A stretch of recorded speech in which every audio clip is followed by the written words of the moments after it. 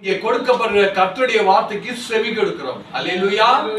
அதனால இந்த நாளிலும் கர்த்தர் நமக்கு சொல்லுகிறது, என் கிருபையினால் உங்களை நான் நித்தமும் நிச்சயமாய் நடத்துவேன். அல்லேலூயா. அந்த கிருபையை நான் தாவீதுக்கு கொடுத்தேன். அந்த தாவீதுக்கு கொடுத்த நிச்சயமான நித்தியமான கிருபைகளை உங்களுக்கு நான் தருவேன் என்று நமக்கும் வாக்கு கொடுத்திருக்கார். அல்லேலூயா. நாம் வாசிக்கலாமா? ஏசாயா தீர்க்கதரிசி புத்தகம் 55வது அதிகாரம் 2வது வசனம் வாசிங்க.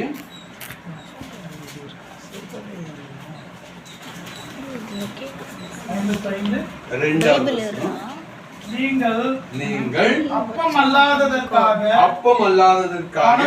பணத்தையும் திருப்தி செய்யாத பொருளுக்காக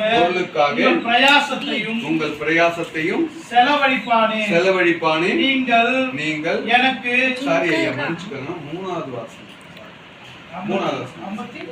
55 உங்கள் செவியை சாய்த்து என்னிடத்தில் வாருங்கள், கேளுங்கள். அப்பொழுது உங்கள் ஆத்துமா பிழைக்கும். தாவீதுக்கு அருளின நிச்சயமான கிருபைகளை உங்களுக்கு நித்திய உடன்படிக்கையாக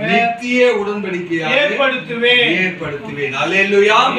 கர்த்தர் நமக்கு சொல்லுகிறது, தாவீதுக்கு அருளின நிச்சயமான கிருபைகளை உங்களுக்கு நான் நிச்சயமாய் தருவேன். அல்லேலூயா. ஏனென்றால் அவர் சொன்னார் அந்த வசனத்துல, வாருங்கள், செவி கொடுங்க, நான் சொல்லுறதை நீங்க கேளுங்க. இதெல்லாம் நம்ம செய்யறோம். அதனால தாவீதுக்கு அவர் கொடுத்த அந்த கிருபைகளை நமக்கும் கொடுக்கிறேன்னு சொல்றாரு. பாருங்க, இந்த தாவீது இவ்வளவான பிரதான கிருபைகளை பெற்றுக்கொள்ள அவன் யார்?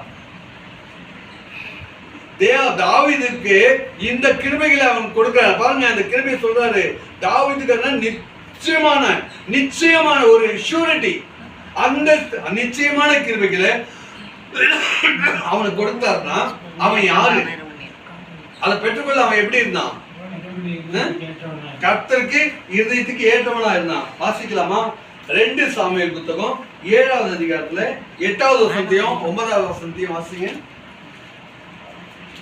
2 சாமுவேல் 7வது அதிகாரம் 8, 9 வசனத்தை வாசிங்க.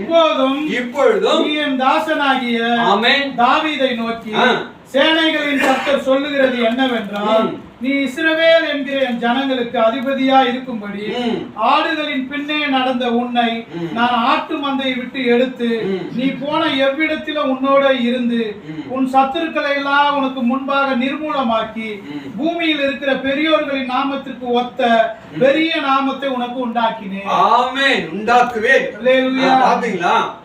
அப்ப ஆடுகளுக்கு பின்னால போன அவனை ஒரு பெரிய சமஸ்த இஸ்ரவேலுக்கு ராஜாவாக்கி அவனுக்கு எதிராக ஒரு சத்துரும் இல்லாதபடி எல்லா சத்துருக்களும் முறியடித்து அவன் எல்லாவற்றையும் ஜெயம் கொள்ளும்படி அவனுக்கு தேவன் கிருபை செய்தார். அல்லேலூயா.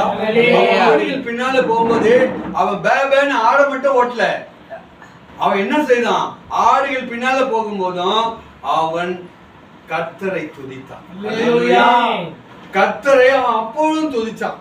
எப்பொழுதும் கர்த்தருடைய சிந்தையே இருந்தது. அவனை குறிச்சு வேதத்துல சொல்லுங்க, அவன் ஒரு நாள்ல 7 தடவை கர்த்தரை நோக்கி பார்த்திருக்கான், கர்த்தரை துதித்திருக்கான். அந்தி சந்தி மத்தியானம் எல்லா வேளையிலும் கர்த்தரை அவன் நோக்கி பார்த்தவனா. அப்படி நாம் கர்த்தருக்குள் இருக்கும்போது கர்த்தர் நமக்கு அதே கிருபையை தருகிறவராய் இருக்கிறார். அல்லேலூயா.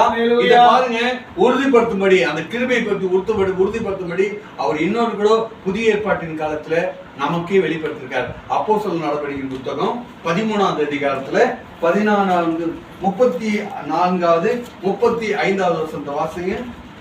அப்போஸ்தலர் நடவடிக்கையின் புத்தகம் 13. இனி அவர் அழிவுக்கு உட்படாதபடிக்கு அவரை மரித்தோரில் இருந்து எழுப்பினார் என்பதை குறித்து தாவீதுக்கு அருளின